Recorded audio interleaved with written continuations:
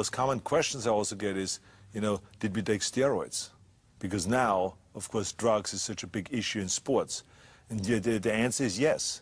It was just in the beginning stage because bodybuilders in those days just experimented with it, but it was not illegal. It was like, we talked about it very openly.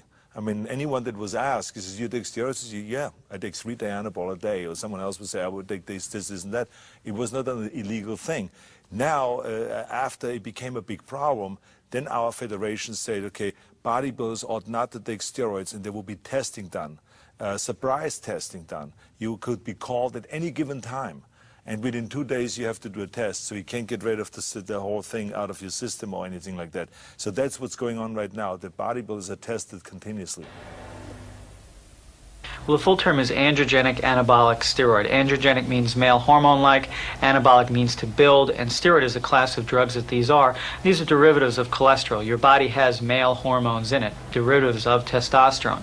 And these drugs are manufactured synthetically, and we use them in medicine for people who have certain types of anemias or different types of diseases. The athletes, unfortunately, use these hormone drugs in order to enhance their growth of muscle, their ability to retain weight, nitrogen, and all these different elements that they retain. I have to be quite truthful with you. I only use anabolic. I'm not going to have to deny it because all the other Mr. Olympia contender, I feel that they are using it, and I only use it for the fact to reverse catabolic effect, I don't use steroids to be a monster because I don't think monsters win. There's no way of stopping anyone from doing any action that they wish to do. It's just like a diabetic who likes to sneak chocolate cake. They shouldn't eat the chocolate cake, but they're going to do it anyway, but you'll still take care of them to try and manage their diabetes. What I try and do is pick up the health problems in the athletes early enough before it becomes a fatal or a chronic serious injury. I'm in the gym, and I've been in the gym for 12 years, and I've seen young kids or people that don't even look like anything, they start taking steroids. And they're taking dosages that, a champion bodybuilder would never even take, and they still don't look like anything. So if you feel that steroids are going to make you a champion, they're not. It's sad to say that it's gotten out of proportion now. It was something before that it was almost like a clique that only bodybuilders knew about. And now everybody knows about steroids, and now steroids are becoming almost like cocaine. It's coming that bad. You see, the guys that make it to the Mr. Olympia are already genetic superior beings to begin with. That's why they've made it this far.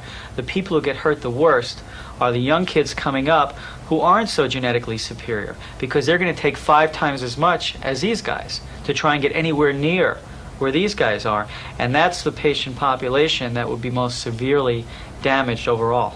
I said it before and I say it again. If you eliminate anabolic steroids from all the athletes at one time, the champion will remain the champion. And I really think we better off without them, honestly. There's one athlete, Paul Jean Guillain, who is just in a recent pro contest, and he's in the top 10 or 15 in the world. And after a recent competition, he wanted to be tested. He came to me, I didn't go to him, and I tested him the next day, right after the competition, and he was negative. He also won the World Championships where he was tested. So there are these genetic freaks, so to speak, or these superior genetic specimens that will gradually come to surface. I put a bet that I take a drug test anytime. If I flunk it, I give anybody $10,000. I give them $100,000 if they want to. It's just I won't flunk the test because I never take drugs. People keep saying, well, you come off of it. I didn't come off no drug for the universe. I have never taken drugs. I compete a middleweight since 1980.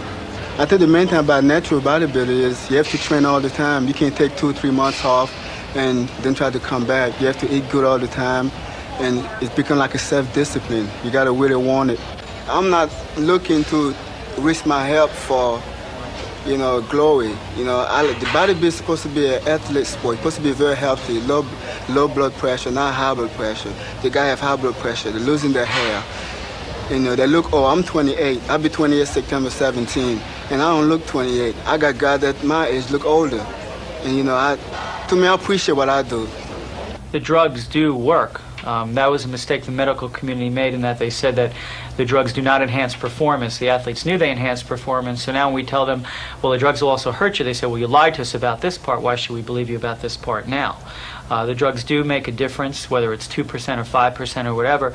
There is a definitive advantage. However, they don't get to keep the advantage. For instance, an athlete takes these, he might shoot up quick, but it'll come down quick also, where an athlete that trains naturally will come up slower, go even beyond where the other athlete and then stay at this high level for a longer period of time and begin a gradual decline. These athletes will burn out much earlier. When the bodybuilders of yesteryear did take steroids, they didn't take them in the massive dosages that the bodybuilders today are taking. You know, steroids are just a finishing touch for the bodybuilder, and the thing is, more is not better. So that's the thing on steroids. It's not the steroids that make a champion, but it's the hard training, the dedication, the dieting, the sacrifice, and the genetics that that person has, what makes that champion. Drugs ist ungefähr so viel. Hier That's so what viel. drugs is? Und das ist Arbeit. Harte Arbeit. Schwere, harte Arbeit. Hard work, very hard work. And this is only drugs. If you asked me 4 years ago, I didn't think we'd ever get a handle on this program, and now we have a very firm handle on it. I think we're going to continue to increase the number of drug-tested competitions, and if we can get bodybuilding to become an Olympic sport, it'll open up all new avenues for the sport financially as well as socially, and I think we'll eventually get our drug testing up to the top levels. But it's going to take a lot of work, a lot of time, and a lot of money. And